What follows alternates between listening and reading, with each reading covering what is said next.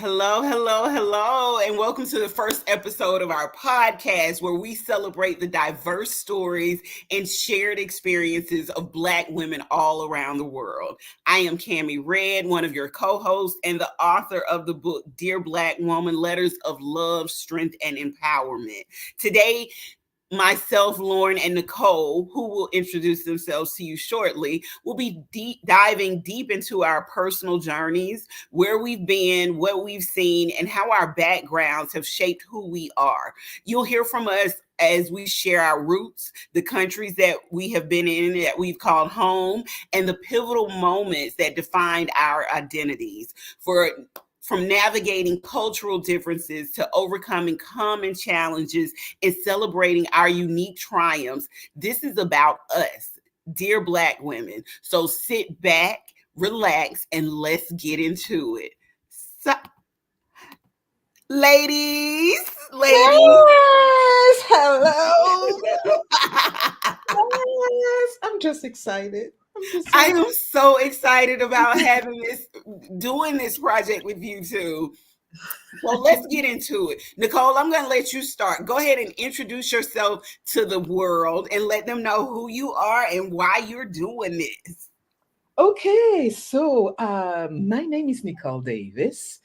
I am based in Paris at the moment, and I am a coach in emotional intelligence. And I started all of this after I was passed up for a promotion, and the job was that I had previously requested, by the way, was given to an old friend of my boss, someone with no professional credentials, no degree, not even a second language to her credit. And get this, my boss has a PhD in emotional intelligence. Yes, that part. Stupidly, I went along with this mad plan for a few weeks, I'm sorry, but inside I was fuming. I was furious. Then spirit kicked me in the butt. I found myself rushed to the emergency room for a heart attack. Now it was getting serious. My family was paying the price for my neglect, and it wasn't okay. It wasn't okay at all. So that's when I decided to take charge of my life and study emotional intelligence. I was very fortunate to meet with a great mentor who guided me on my journey. She supported me every step of the way. And during my time recuperating, I began an inner journey to find clarity and direction. And let me say this, I cannot thank enough all the Black woman and Black person who are surrounding me and who supported me during this journey. I made it my mission to support Black women to manage their emotions. Today, as a coach, I empower Black women like you and I to turn workplace and life stress into unshakable strength through the power of emotional intelligence. Together, we'll cultivate your inner peace, reclaim your voice, and help you thrive in any environment.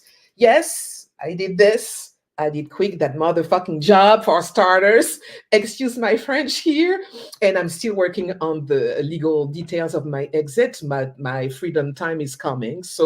Uh, I'm excited. I'm excited to be able to help Black women and support them in their journey. We're excited for you. Yes, you have no idea. So am I. It is time. It is Okay, Lauren, go ahead and introduce yourself to the world. So, my name is Lauren Edwards. I would say I'm a business owner, entrepreneur. I think that's what they call me in the education field. So, I own a preschool and I basically assist mainly people in the community in getting back into employment, into training. I mainly deal with women. This year, sort of strikes my 4th year anniversary of getting people back into some kind of training, and we've managed to get over 1,000 women from all different ethnic backgrounds into training, into some kind of employment, which I'm super proud of. Why did I get into doing this? I think part of this was about getting out of my comfort zone. I'm not a great, I'm not a person who likes to speak in a public sense. But I've decided to start saying yes to more things and being open to a lot more things. So I decided, why not? Let's go. And if it can help people on the journey, why not? That's what I'm all about. Oh, we definitely we're so happy to have you. And thank you to saying yes to this part of your Yes, that is journey. lovely. That is so nice one. Yeah. Really. So I'm going to introduce myself, and I don't think I really need an introduction, but here's the thing. I am Cami Red. I am a chef. I am an author. I am a registered dietitian and nutritionist, and I am an entrepreneur as well. You can see me everywhere or just about everywhere, but this journey came about from my book, Dear Black Woman. After experiencing 2 years in a very traumatic type of situation with a relationship, I wrote love letters to myself that transformed into a book that every Black woman needed to hear.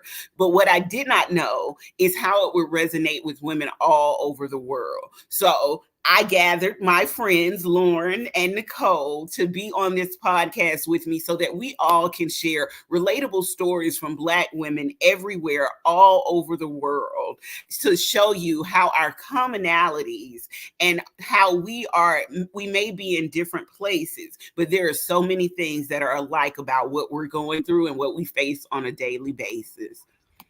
Yes. So, with that being said, I'm going to open the conversation up, and I'm just going to ask this question because here's the thing: this podcast is like three girlfriends right now on the phone chit chatting about what we're Okay, hold on. facing. Let me take my wig off now. Okay, listen, right? What we're facing in our world and in our day-to-day lives. So what I want to first ask each of you ladies is, what was the defining experience from your childhood that shaped your perspective as a Black woman? That's a good question. I think me and you kind of touched on this yesterday, Nicole, when we said, do we even see ourselves as Black women in that sense in Europe, being in UK? Do we even see that? Do we even have that thing where we are Black women until, for me personally, until there's kind of a crossover, maybe a racist comment or someone's maybe a bit Mhm. different, and then I kind of get that sense of, oh, okay, I'm different, or I'm a Black woman as such. Mm. But I wouldn't say, yeah, I wouldn't say there was a defining moment. I think you have experiences that make you check yourself a bit and remember who you are. Mhm. I wouldn't say there has been a defining moment.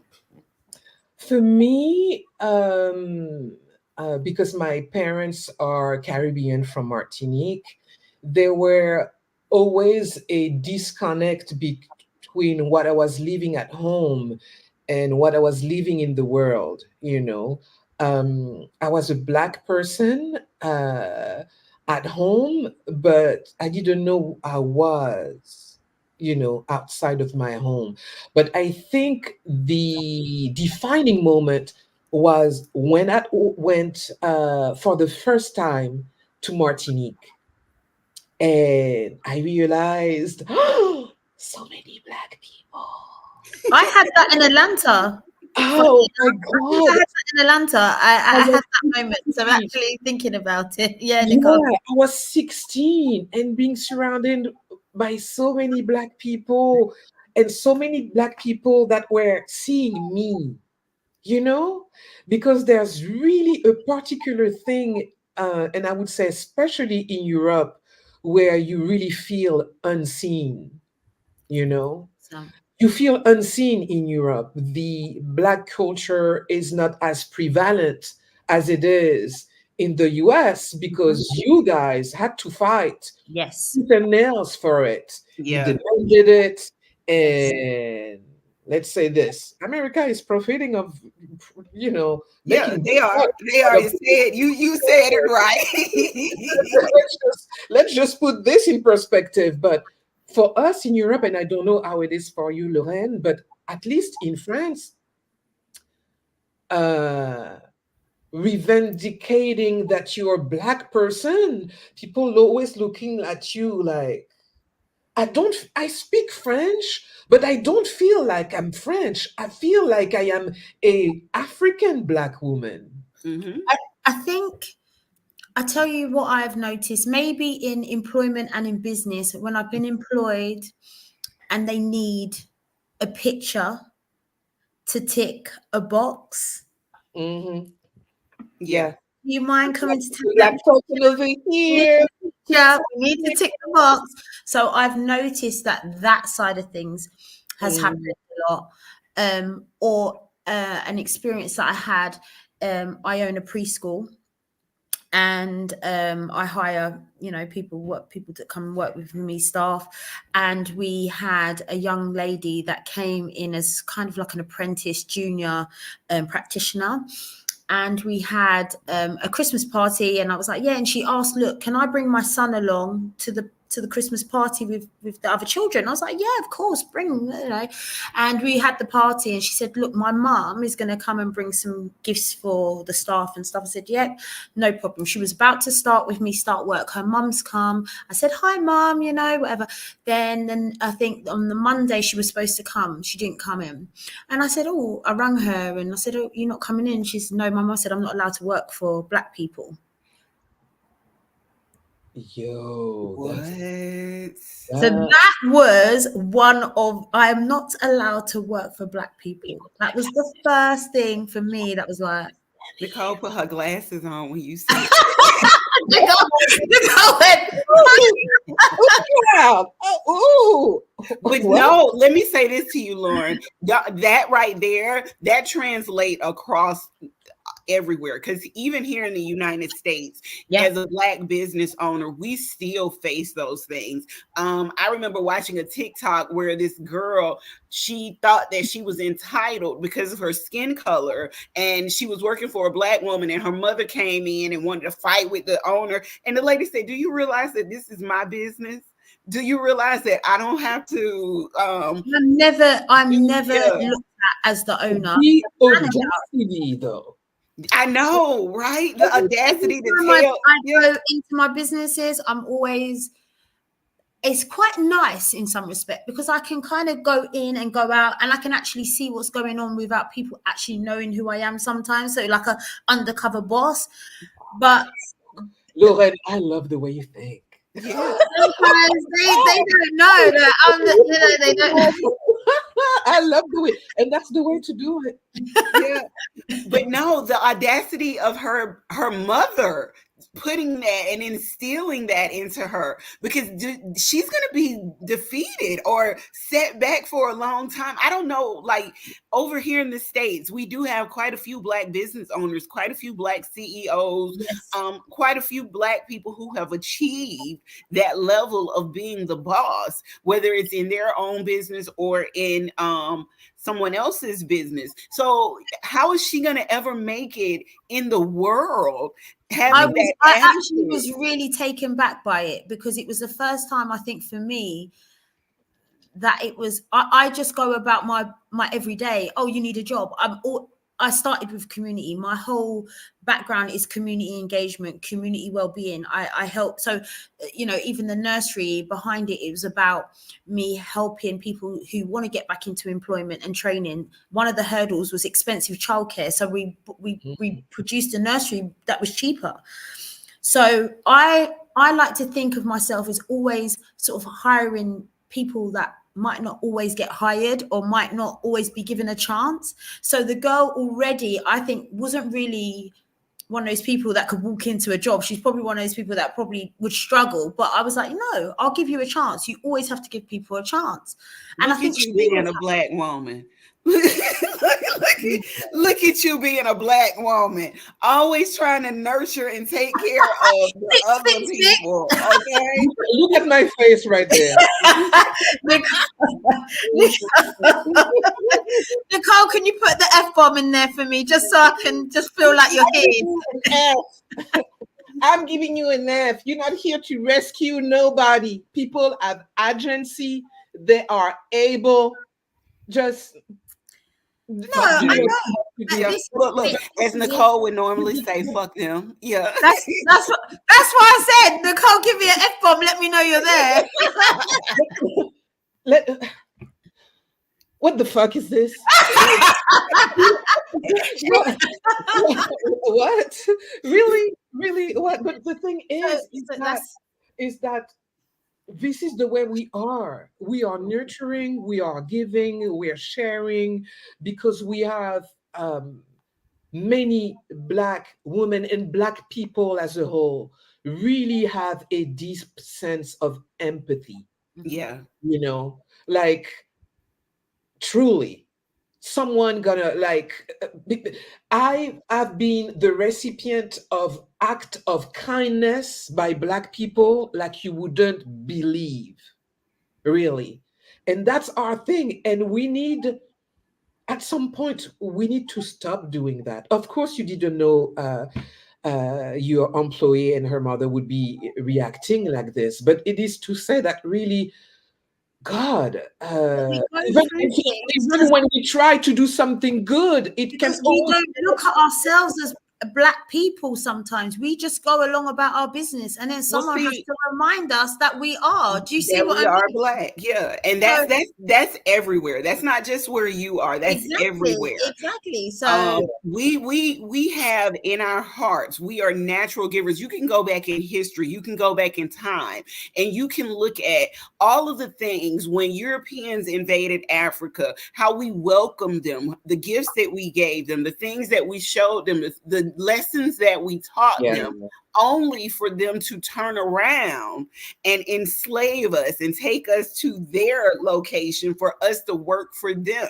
So if you think about it, it's something that's just instilled in us. It's who we are as a Mhm. people from the I believe depth so. of everything.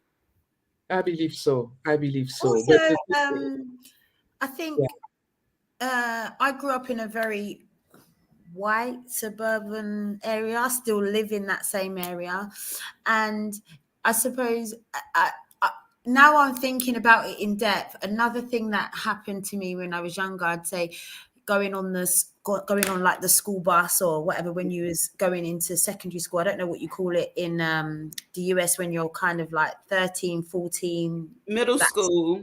Yeah, so 14 Oh, yeah. bus. And by then your friends and everyone's into boys and girls or whatever they're doing, they're into, they're looking, right? And I remember sitting on the bus with all my friends, which were predominantly white, because we'd go to school, and on the way back we'd get on the bus and they'd say to me, "Look, Lauren, there's a Black boy, do you like him?" And I used to be like, "What?" But so it's all those. So I'm Black, he's Black, we must like each other. Right, that part. There's another Black person. Do you know them? Yeah. Exactly. You know my Black friend Carl, right? You know him, You and right? my Black friend hung out together, right? Y'all see each other at the family reunion, right? Okay. Whew, I'm that's looking forward to this journey, though, Cami. I'm really looking forward to this, and you, Nicole. I'm hoping that we really start to unpack some real issues that are happening. Well, When it it's comes to funny us. that you said that about your middle school, because let me explain something to you. Yes, I grew up in a Black environment. And yes, here in the United States, we do have African American neighborhoods. There are African American people. But when I was younger, my grandmother lived in what you would think is what would be called a ghetto type of situation. So the schools in our areas don't have the type of education that they do in other areas. and I was bused to school. So I had the pleasure, unlike my cousins and stuff, to leave where I was to go to the schools in the white neighborhood. So whenever I tell anybody about my experience in elementary school, my experiences in middle school, my experiences in high school, I went to predominantly white elementary schools, predominantly white middle schools, and predominantly white high schools until my last few years.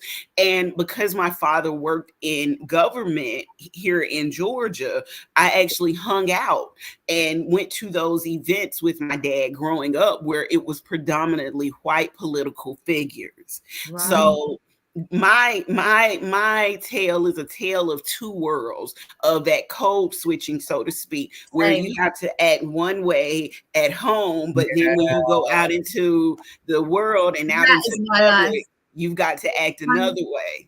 100%.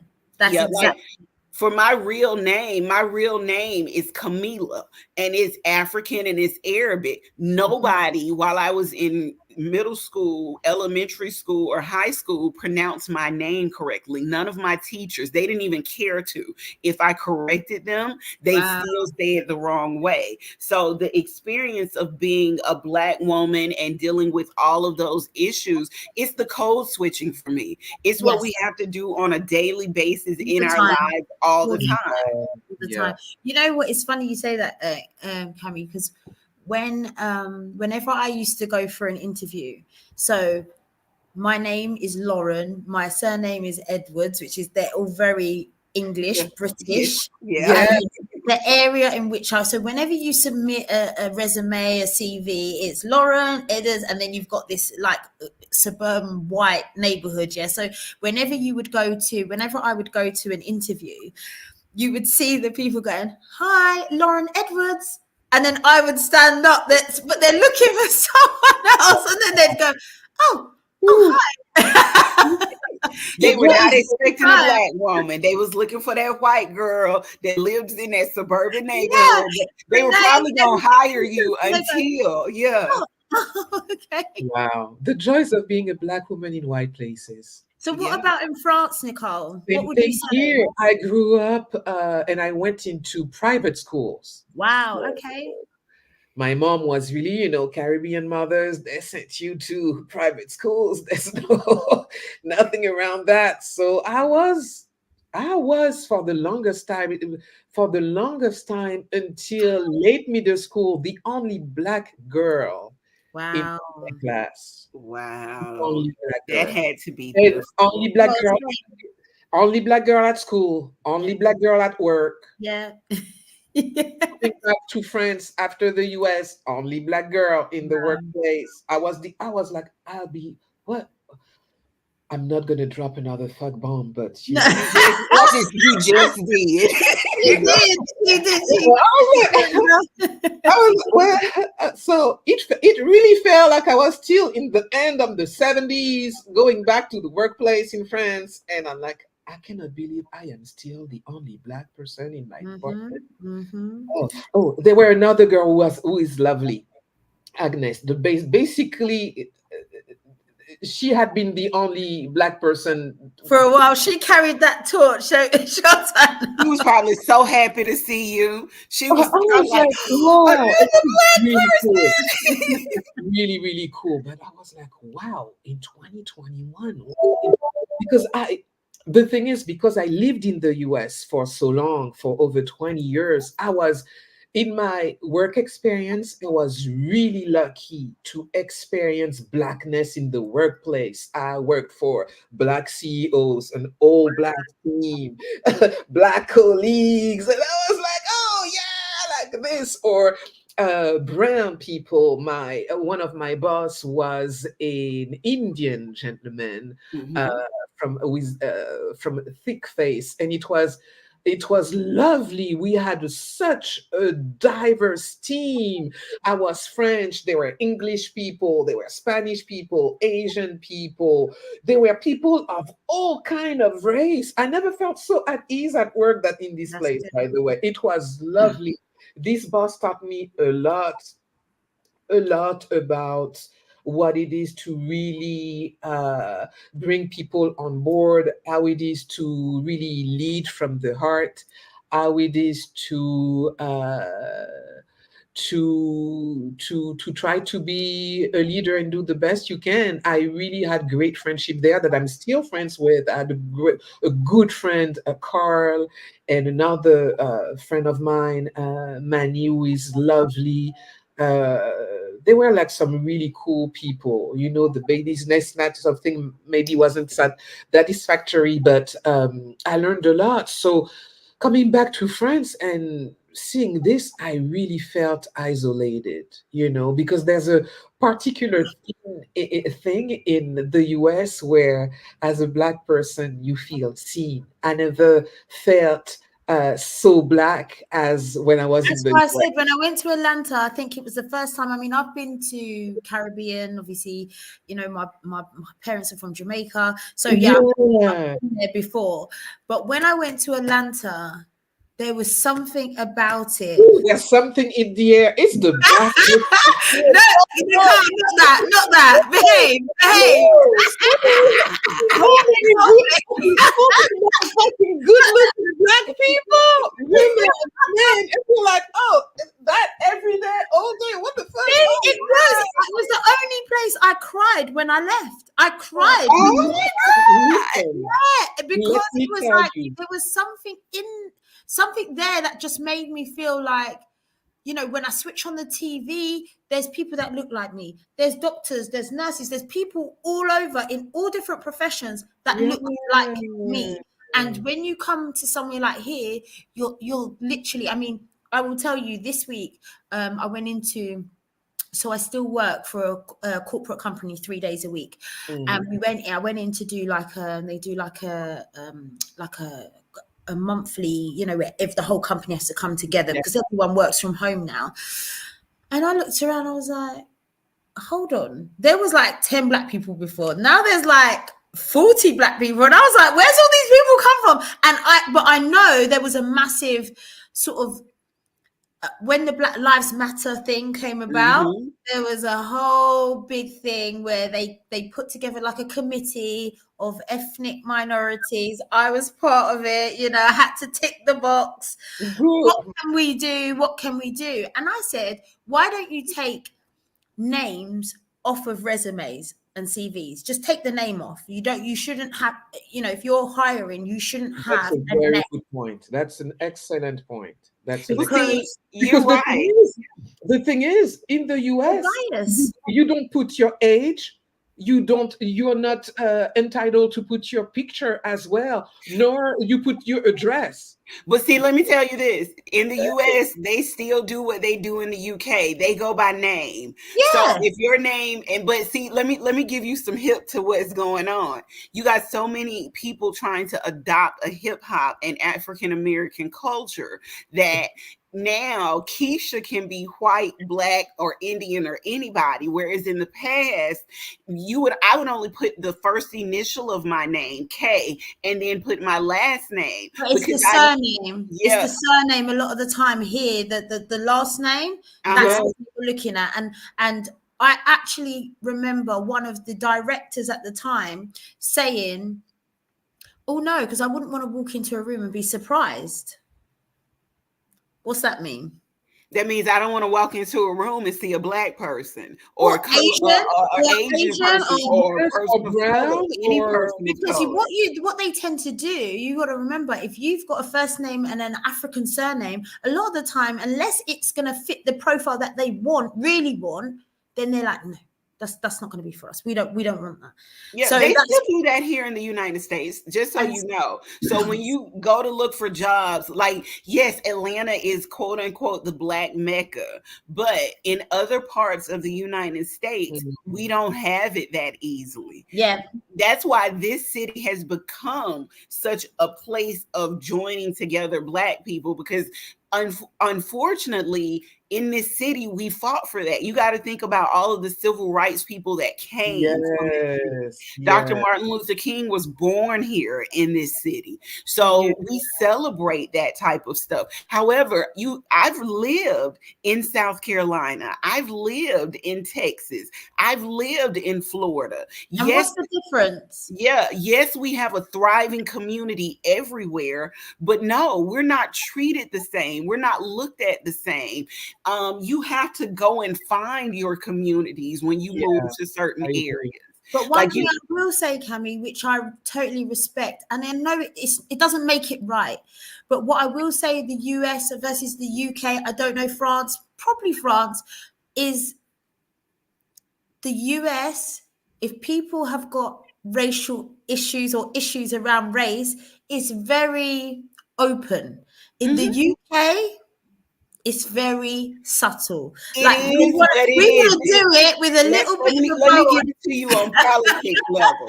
It is, but it isn't. Okay. So we have to be careful here because we have a saying, going with the devil that you know. Okay. Yeah. Like we like the white people who are outward with their racism and this, that, and the third, but it's not like that in corporate America. No. In corporate America, you have closeted races. That means where I'm not really telling you that I don't like you, but I'm doing little things to make it appear like you're the problem and I'm not the problem. Mm-hmm. So we deal with, especially as Black women, and having to, and we got this thing, and if you guys are on TikTok or on social media, you know that in America, Black women and white women don't really get along. Yeah. No, that is Why, true. That is why true. is But that? let me tell you this, like, unlike France, at least if anything happened, you in the US, you can motherfucking sue them. Look, You every right time about you that. go, You You can you right. can do that. I'm You You right getting can you about a that. you t-shirt can with sue that on them, it. you can sue their white pasty ass. So yeah, you Yep. can do that. Yeah. You know. Well, see, And it's not they to say don't like us. They don't like us. And here's why. They don't like us because of what you do, Lauren. We have power.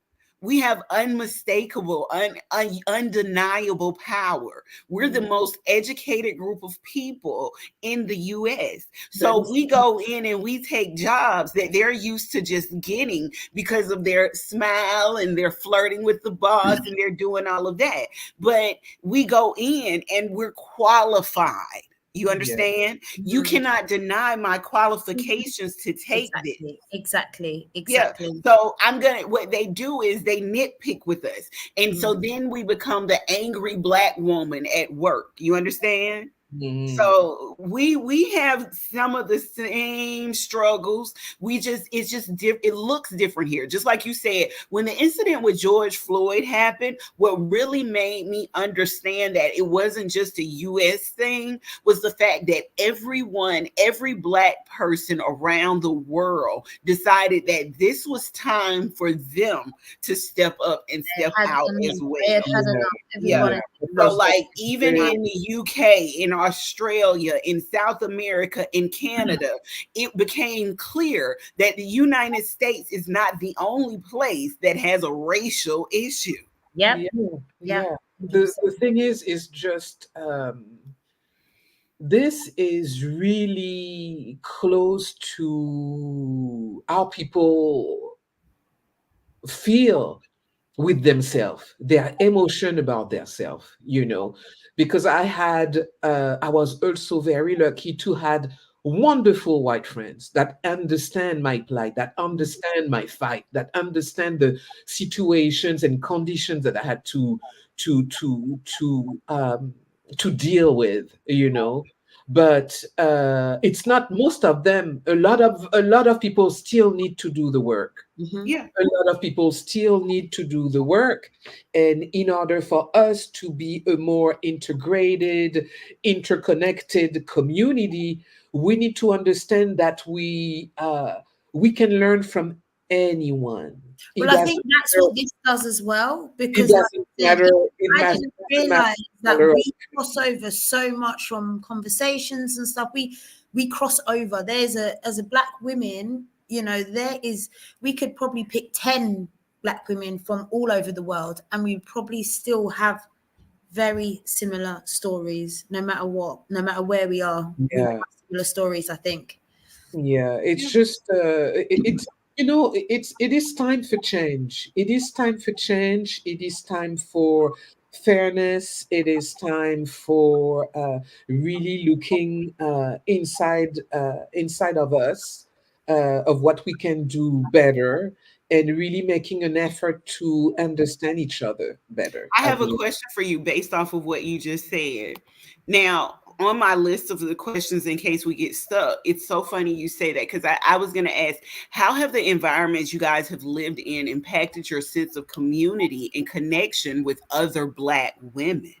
I feel in France you feel very disconnected because the thing that I really like about Black people in the US, they are, they're there. Mhm. When I see a group of Black American in Paris, they're walking in the street, Yeah, they're you know that they're loud, they're there, and they're proud. loud and they're talking and they're laughing. They're taking space. Yeah. Black Americans take space, so most of the time they stand like at least a foot or a head or two higher than everybody else, and then they take space. They take space and they talk, and you see them. Here, I was really surprised to see how it feels like Black people are in hiding. Yeah. Wow. And what Really, it I would really say, I feels think you this mean, way. I don't, I see Black people, but Black people don't even smile in the street. Black people I don't think even we're so smile like dispersed this, in the or UK. we don't even acknowledge each other. This is something that I miss about living in the US. Go. Walking down the street in Atlanta and seeing someone, how you doing? Oh yeah, Nicole. No, do that again, Nicole. How did they do it? How you doing? Oh, No. So, can I get your number? even if that person does not say anything, give you a little head nod, give you a smile, you feel seen. There's a sense, but it's because of the colonization story. We were not to be seen. We were to be used Mhm. as Yeah. commodities. We Yeah. were not to be seen. And it really conveys. And but the thing is, when I'm going to London, though, it's different. Do you think? I Yeah. think black London, black English people are different. They're How would Like, you say that they're they're more, and I think it's probably an Anglo-Saxon things, but in France, Jesus. But what I will say is, I find that in the UK, unless you are London or city based, Mm, London, Manchester, Birmingham, Liverpool, yeah, they are the cities. That's where you're going to get predominantly people that are, from all different ethnic got you. minorities. That means, you will get you can go to a black bar, or, you're going to see Black people, and we're in the jobs and stuff. You go out, you get looked. I have an auntie that lives in the countryside, and so I drive 2-3 hours and maybe see her once in a while. And when I'm in her area, they're like, who is this? like we've never seen a Black person unless they were on TV. So No, unless you're in the main hubs, as soon as you come out of those hubs, that is it's not the crazy. same. It really felt like this because I grew up in Normandy. And in Normandy, my parents bought a house in the 70s, and I was 10 at the time. And we were the first Black family in the Wow. neighborhood. Let me tell you. Well, Every it's neighbor, same here. We were the first, and we were always called Black Lee and Black Lauren. My brother's name's Lee, and we were called. Do you know Black Lee and Black Lauren? So that's how they referred to us, as Black Lee and Black Lauren, because there was no other. There was no let other me tell you, blacks in the area, there and they were neighbors that were passing in front of our house to see how we were looking like. were. Are they aliens? Are they? you know what? That sounds very, I'm gonna yeah. give a lot of credit to my mom. My mom is very feisty. My mom is a petite lady. Really, Nicole? Really? Seriously, we would have never thought that at all, Nicole. What? She's petite and she's probably 5'1", 5'2". And people passing in front of the house like that. She was like, yo, what is wrong with you? We're not at the zoo. I remember that. Yeah. One day, because at the time, it was late 70s, early 80s, and we were getting our groceries from the little neighborhood stores. And one day I went to the store that was doing they were also grocers and meat market and all that stuff to buy some milk. And the lady say, no, I would not be buying some milk because I was buying too much milk. I was like, oh, I'm gonna tell that to my mom. So I go, And Mama came out, didn't she? and in Creole, Yeah. she got her thing done because my mom is petite but was very cute. My mom is a Feisty. very cute petite lady. She goes there. They were like, oh, so you don't want to give us milk? Let me tell you, I will never buy again any milk from the store. Bye. But what you were saying, Cammy, about how we My mom was the badassery no, incarnated. Let me tell you another little story. This is so good. One day we were going to church. My mom, my brother, my sister, I have a brother and a sister. We're going to church. My mom is looking really cute, and we see a homeless man in front of the church. So my mom give him some money and stuff, and ask him some questions. So, what happened to you? She was really, wanted to bring a word of comfort, and the guy had the audacity to tell it's because of people like you that I don't have a job. You know what? That happens that's here. my favorite line. Let me finish. Let me finish. My mom looked at him. Oh, really? So you don't need my money then? She took back her money. She took back her money. There And you my go. brother, my sister, and I, we were like, like in the memes. Ooh. Yeah. My But mom. that happens here a lot. And I'll be honest with you. Let me take it again political. If you pay attention to how our presidential race is being run right now, it's being run based on the fact that they're telling people, one of our candidates is telling people that immigrants are coming to this country taking their jobs. We've had that. So That's where we're Motherfucker, out of please. and we're in trouble. yeah. UK decided to do that route and use that strap line, and we are in so much trouble as a result of coming out of Europe. So Yeah. they can take that route, but they will not end up.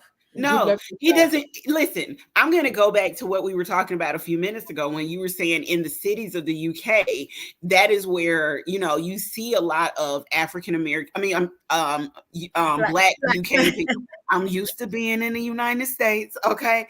Well, here's the thing. It's the same way here. It's just that you have to remember we have 50 states. Yeah. And a lot of Yeah. times as a foreigner, you come to the major cities, Yes. Dallas, Atlanta, New York, all of those places. As soon But as you I go had to tell someone I don't work in those places. No. I work in rural America. So for me, I got a contract to work for a nonprofit in a small county in Texas, and it encompassed 4 cities.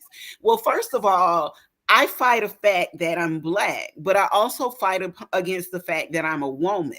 Now, I'm an educated Black woman who's coming in, got a degree, who knows how politics and things, public health and everything is supposed to be run, not just from me. Coming to touch shit to you then. Yeah, not just from my experience, but also from how I grew up, my grandmother, my father, all of that. So one of the things that I literally told somebody, I said, oh my God, I just took a step back in time. And they were like, what do you mean by that? I said, we're not only racially divided, but we're divided by gender as well. And Black men in these rural cities and counties have the same mindset as white men do. So it's a masculinity superiority thing. I said, but what they don't realize is they're the token in the situation where one county commissioners it was all white guys and this one black guy. The one black guy thinking he's something, this, that, and the third, because he sits on the county seat, not even realizing that all of these white men will keep voting down everything you saying because you're black. They don't care about your recommendations. They don't care about what you got going on. When you go into rural America here, the same thing that you just said about France in 1970 still exists here. Of course. Yeah, we still, that's why we fight and we show up the way we do. Because even though those things are supposed to years ago, here in 2024, you're still having first black this and first black that and first female black this and first female We're black still that. waiting though, Cammy. We're still waiting. The thing is, for us, there's no black this or black that. You know, there's no black school, there's no black university, there's no black TV. And as I was, I mean, because I kind of think we moved away from the question you was asking about how we was it interact with other black women. Cammy, you kind of frozen. I'm here. Okay. Was that your question? How it's kind of, how do we now interact with other black women? How does your environment create that space? Where I lived and growing up, as I said, there was not many black people, period. So what we found is that when we started seeing other black people and me seeing other black girls, we formed a mini clique. Now, we wouldn't see each other all the time, but we knew each other. We all knew each other's name, where we were. Sometimes and one of my really close friends now, you know, I've known her. We were the only kind of two black girls in the village kind of situation. So we understood each other probably in depth, where we lived in this place, but we sort of ventured out into black areas so we could, you know, understand ourselves a bit more. And then we'd come back to the reality of where we lived. But then I think as I've got older, I do struggle sometimes to keep certain friendships. And I don't know. I don't know what it is. I think for me, things come with, I wouldn't say expiry dates, but I think you have to learn that people come into your life for certain reasons and they leave your life for certain reasons. That is right. That is so right. And now I'm starting to accept that, whereas I don't think I used to accept that before. I used to try and hold on, even if it was good, bad, or ugly. I used to hold on to those relationships. Yeah. No, that makes good sense. For me, I had a good group of a black girlfriend. In France, yes, for the longer time. That was the time when I moved to Paris and started working. And I'm still friends with all those ladies to this day, which is nice. But yeah, friendships were important for me because I really have long time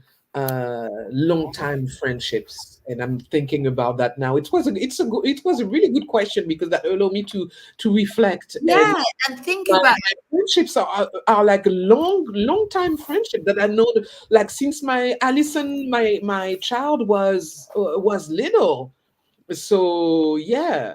You know, I think as well, when you live in, for me, I lived in, like I said, my family's, I've got a mixed family. My mum's biracial. So, and I think it allowed me to have friends in certain areas, and black friends allowed me to understand a bit more when it came to my hair, my skin, the type of food, this, that. So it gave me a broader sense of connection with who I was, I suppose, because I grew up in a place that wasn't the case.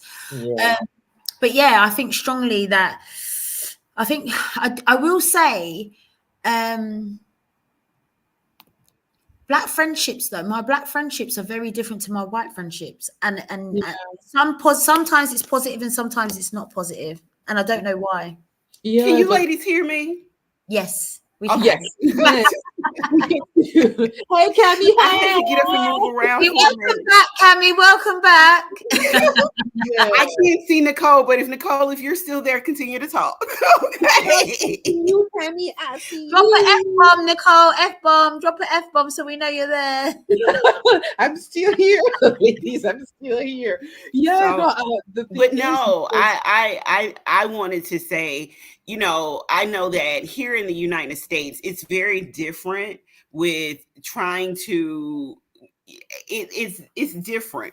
We have great cliques of black women where we go and we can join these groups and make friends and do all of that stuff, but we also have some of us that we fight against each other, Mhm. and we so That is yeah. definitely, definitely. So we fight against each other. We go against each other in some ways. I just had a conversation the other day about older black women and working with younger black women in the workplace and how that actually pans out and how that happens. Sometimes we go into the workplace and those are the ones that discriminate against us the most. Mhm. And that's what I was having a conversation about how we can bridge that divide so we don't have to feel like we've got to compete with Better each other. communication. Better communication. So But would you also say as well, though, Nicole, in saying that, how we are raised, the way we are raised, and the way Yes, the because the thing environments is, we're in, we're all very exactly, different. So, we I absolutely agree, Lauren, because the thing is, we need to put in perspective our history. Our history for all of us is based on colonization. And in order to keep us where we needed to be separated. Because if we were coming in groups, we would be like the Asian people and revolting. They're still paying the French to this day, by the way. Let me just put this on the platform. But it was really the mindset. And now that we have much more insight about our history, about what we were, the things that we have accomplished, we are regaining a sense of ourselves, and we're regaining as well a better sense of understanding of all the layers of actions that were taken that really stopped us from communicating better with each other, because we were in survival mode.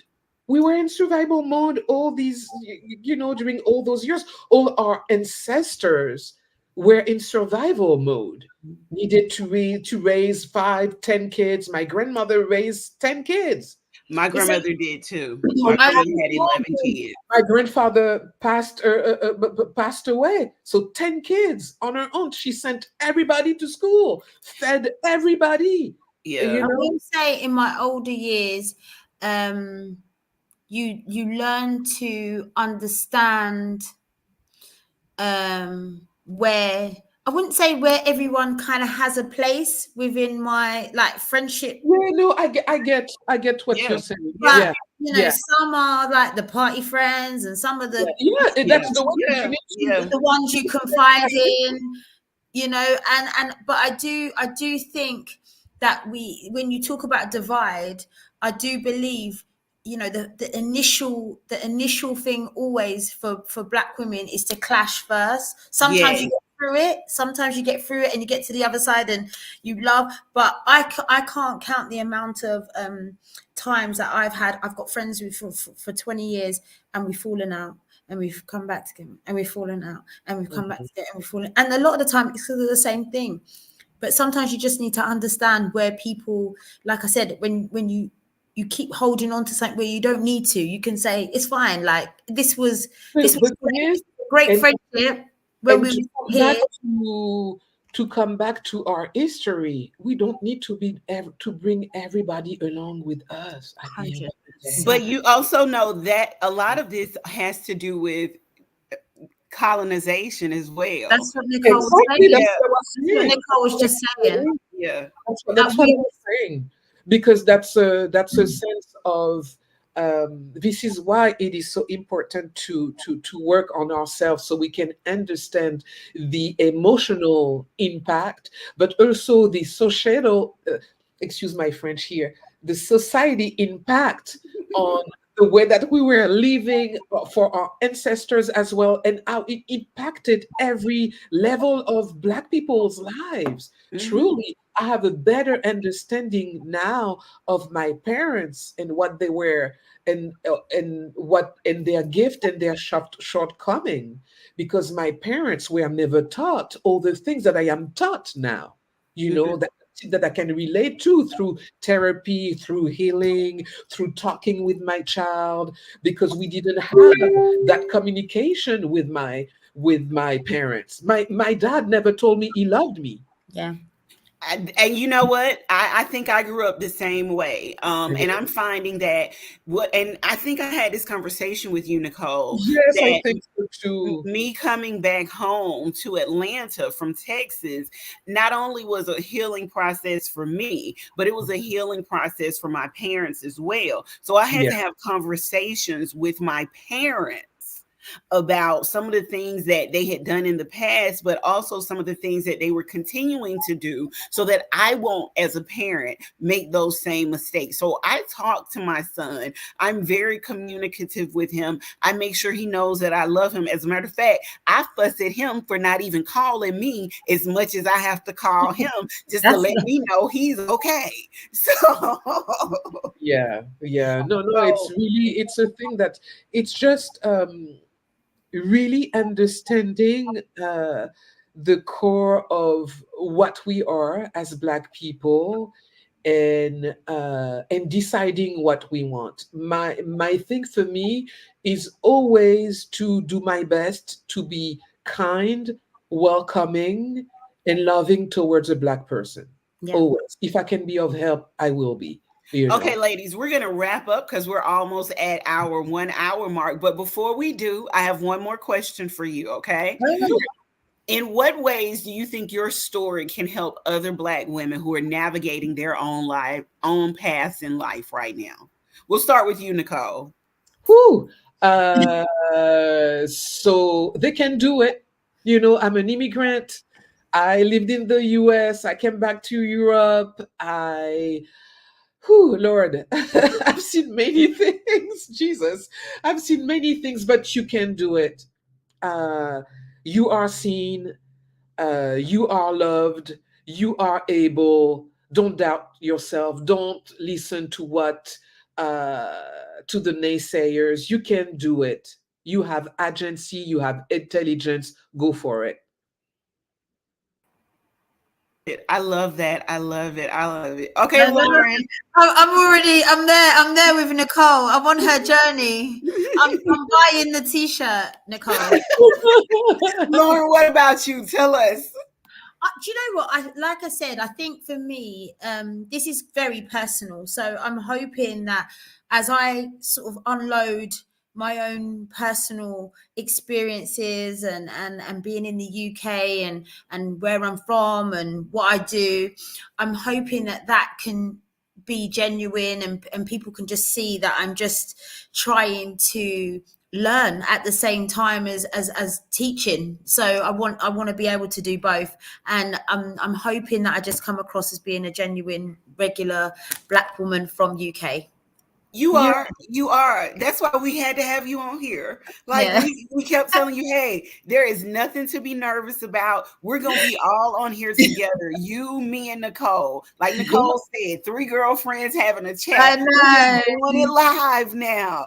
Three girlfriends. So two of my girlfriends need to send me an invite for Atlanta and Paris. When am I coming? Hold on, wait, we Yes. are. Don't forget, we are next year. I'm coming to London, so you can, and I'm also going to be in Paris, so you can just skip I'm over going to to be Paris coming to with see us. you, Yes, and I'm please going to bring do. Nicole's t-shirt for her. Yes, Yeah. and I intend to be going to London as well. I would love to meet Yay! you. Yes. Nicole actually just said that yesterday that she was going to hook up. She was coming to London and she was going to try to hook up with you so we could get everything together for us Okay. coming over there. Listen, we got it planned. Did you not see my message this morning when I said, I think we need to do some live shows when I come over there? Yes, yes, we need to put all of this together. It's gonna be Perfect. just really lovely. It's gonna be really like I said to you ladies, I'm excited. I've got a feeling you're going to make me cry in the put at some point during this journey. But you guys better just be ready for it. Okay, be ready. Oh, It's gonna be, oh no, don't start crying, because if you cry, I'm gonna cry, and we all gonna be out here with tissue crying together. I am a crier, so I think the next assignment has to be with a glass of wine, right? I want Nicole with a glass of wine beforehand. Oh my God. The wine edition, the 18. Nicole, she trying to get you liquored up and cussing all on the I'm telling you, I can't wait to unleash Nicole. Can we do Nicole uncensored? Okay. Listen, I'm telling you, Nicole is a really dynamic person, and she'll tell you. I told her this myself. I was on a call with a young lady who said that she was listening to Nicole, and she said that it didn't get real until Nicole started cussing. I second that. You need to drop a little few, I do, Nicole. You need to, because it makes your message more compelling. It does. It does. Yes. So, you need to listen, you guys. I'm polite, but yeah, you need to do that from time to time. Thank you, ladies. I do it. Listen, when we're on the phone, don't I always let one go too? I tell you, I'm gonna get a little jar, and you lot are gonna put. Tammy, you'll put $1 for every one you say. Nicole, you'll put €1 in for every. I'm gonna be rich. By the end of this series of podcasts, I will be rich. I'll be sitting with my fur coat on. I'll say, "Thank you, ladies. This is courtesy of you. You're swearing." All right, you guys, we have reached our 1 hour mark, and I'm so grateful for you all. So give me 1 second. Let's do our outro and let everybody go. Okay, thank you all for joining us for this episode. This has been a journey today, and as you see, it's been so much fun. We hope you found a piece of your own story in ours, because even though our paths are different, our experiences as Black women connect us across borders and boundaries. Don't forget to subscribe, share, and leave a review. Your support helps us continue to uplift and amplify the voices of Black women everywhere. And a special shout out to Rabbit Productions for producing the incredible music that sets the vibe for our show. Until next time, remember to embrace your story, honor your journey, and keep shining, sis. You are powerful, you are resilient, and you are seen. Thank you so much, you guys, and have